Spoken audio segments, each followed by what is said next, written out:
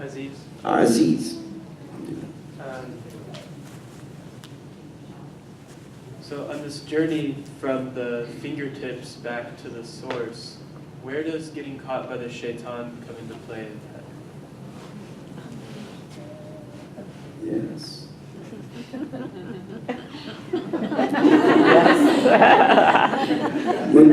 What do you think? It's like somebody pulling you off that straight path you're going back, and then you kind of take a turn. I don't. So how can you not take a turn when it appears that shaitan is grabbing you? I guess you see that as another aspect of the divine. Is you respond. Remember that Allah is sustaining you, even when shaitan is grabbing you. Allah is sustaining you, even when you have the perception that shaitan is grabbing you. That perception of yours, where does that come from? That perception of yours is sustained by Allah. He says, وَلَا شَيْءَ إِلَّا وَهُوَ بِهِ مَنُوتٌ. There is no thing that is not utterly dependent on Him. Allah is the Rabbul Alameen. Now, but the important point is, so one, you first take refuge in that. And then remember, I don't know if you were here yesterday, but there's also what we have to do with the things, with the fingertip level. Some of them might be a rattlesnake. We don't want, unlike, I don't know, I guess they have snake handlers here like they have in Georgia, Even the snake handlers get bit. So it's not recommended in the Sharia, at least. I'm not talking about the Sharia of snake handlers, but it's not recommended. And I think we're kind of, I don't know if I'm being cut off sound, but I think the microphone, maybe the battery is going down or something. We can hear you. Fine. Okay. Yeah, we can. Maybe I'm just getting deaf. In any case, oh, here it's now coming back. Our lesser jihad is we have to make a discernment. Is this a rattlesnake or is it a garter snake? If it's a garter snake, no problem, unless, of course, you're afraid of snakes.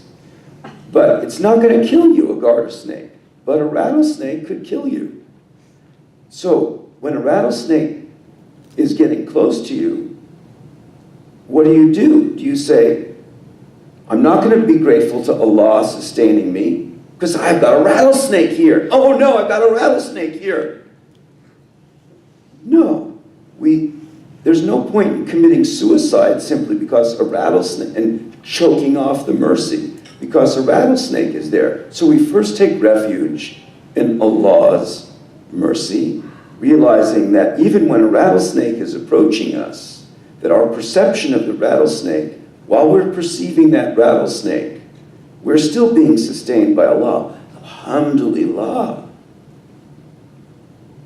And at the same time, that actually increases our ability to discern whether this is a rattlesnake or a garter snake. Because unlike the genetic programming which says, snake, oh no, very general. Genetic programming is very broad. Fight or flee. It doesn't make these fine distinctions. And similarly, our early conditioning of the nafs doesn't make fine distinctions unless your parents were herpetologists.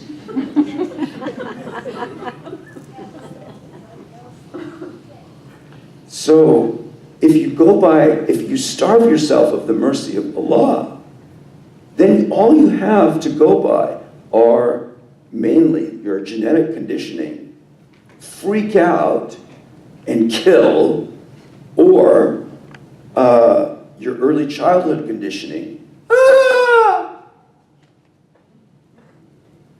So instead, if you don't starve yourself of the mercy of Allah by remembering that Allah is your Lord Sustainer, this increases the likelihood that by giving yourself this unconditional mercy, or at least not cutting it off, because Allah is giving it to you. You're not cutting it off.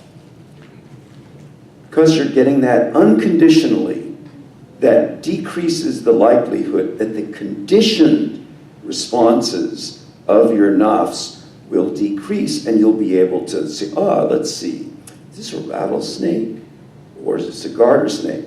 Like one day I was doing some bird watching in an area where there was a kind of a pasture, but right next to it was a swamp. Walking along, and I see this huge snake. I mean, it was like this wide. The width, the girth of the snake was like this. And I'm not exaggerating, because I was very into snakes when I was a kid. So I'd see this huge snake. Although when I was into snakes, it was maybe 40 years before I saw this one snake.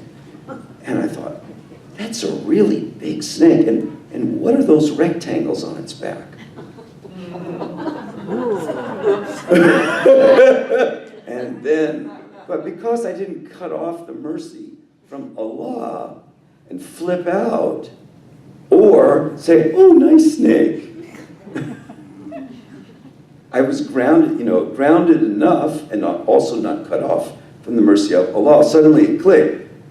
Rectangles, diamonds. So this is a big diamondback rattlesnake. So this is what happens. So Shaitan does his shaitanic things, but as we read in the Quran, Shaitan does it with Allah's permission and our perception, even when we're perceiving Shaitan at the same time, and it doesn't preclude the fact that this is nothing but the mercy of Allah that's manifesting. Does not mean this is not Shaitan. At the level of Shaitan, Shaitan is Shaitan. At the level of ISIS, ISIS is ISIS. They need to be, put away, institutionalized. But that doesn't mean that when we read about them and see them, doesn't mean that Allah is cutting off his mercy from us and not sustaining us. So we're, in other words, there are two extremes. One is the completely non-spiritual things, which is when you see something horrible in the world, it's horrible, it's disgusting, I've got to kill it, I have to get rid of it, or I have to leave. That's one extreme. The other extreme is the kind of hippie perspective. Oh, I love all this stuff. Wham! I'm dead.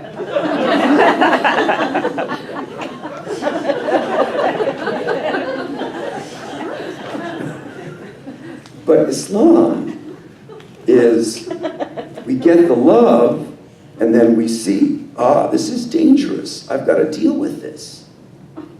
And I'm not going to commit suicide and shut the mercy off while I'm having to address this danger. I just lost my job. I didn't, but that's hypothetically. I just lost my job. I'm not going to commit suicide because I lost my job. Alhamdulillah. What is this? This is a Jalali theophany, a Qahri theophany.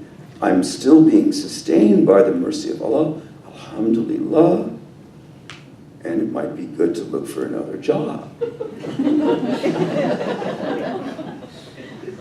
Not, it's a sign, this is a sign I shouldn't work forever now.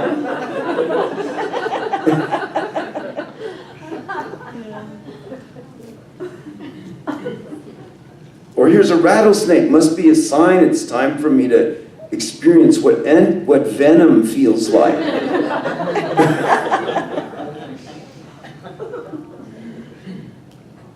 Alhamdulillah. So it's a sign now, it's time for bathroom break.